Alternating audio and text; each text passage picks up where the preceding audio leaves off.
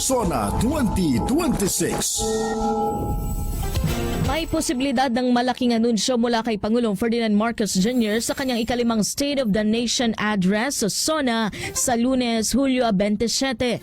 Ayon kay Palace Press Officer Undersecretary Claire Castro, posibleng may mahalagang pahayag ang Pangulo ngunit hindi pa ito maaaring isiwalat. Sinabi ni Castro na tiyak na tatalakayin sa talumpati ang mga naging nagawa at proyekto ng administrasyon, subalit pinayuhan niya ang publiko na hintayin na lamang ang aktwal na mensahe ng Pangulo sa araw ng SONA. Ibinahagi rin ni Castro na si Pangulong Marcos mismo ang sumusulat ng kanyang talumpati na kasalukuyang nirerepaso at inaasahang matatapos bago maglinggo. Sa ngayon, hindi pa rin aniya tiyak kung gaano kahaba ang magiging talumpati ng Pangulo. Nauna rito, tiniyak din ng palasyo na magiging simple ang pagdaraos ng ikalimang SONA ni PBBM. Ang ikalimang SONA ng Pangulo ay gaganapin po sa Lunes, Hulyo 27 sa Batasang Pambansa.